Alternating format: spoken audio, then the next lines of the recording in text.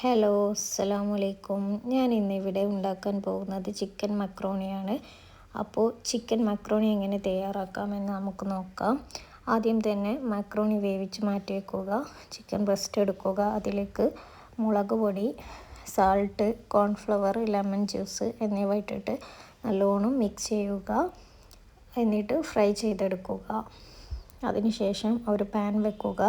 അതിലേക്ക് ഉള്ളി, സാൾട്ട് ഇടുക. എന്നിട്ട് നല്ലോണം മിക്സ് ചെയ്യുക. അതിനുശേഷം ginger garlic paste, chilli, tomato എന്നിവ ഇട്ടിട്ട് നല്ലോണം മിക്സ് ചെയ്യുക. പിന്നെ മഞ്ഞൾപ്പൊടി, പെപ്പർ പൗഡർ, ഗരം മസാല എന്നിവ ഇടുക. തൈര് ഇടുക. Coriander leaf, tomato ketchup, soya sauce, കുറച്ച് വെള്ളം ഒഴിക്കുക.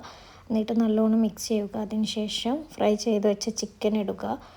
അതിനുശേഷം വേവിച്ച മക്രോണി ഇട്ടിട്ട് നല്ലോണം മിക്സ് ചെയ്യുക. അപ്പോൾ നമ്മുടെ ചിക്കൻ മക്രോണി റെഡി.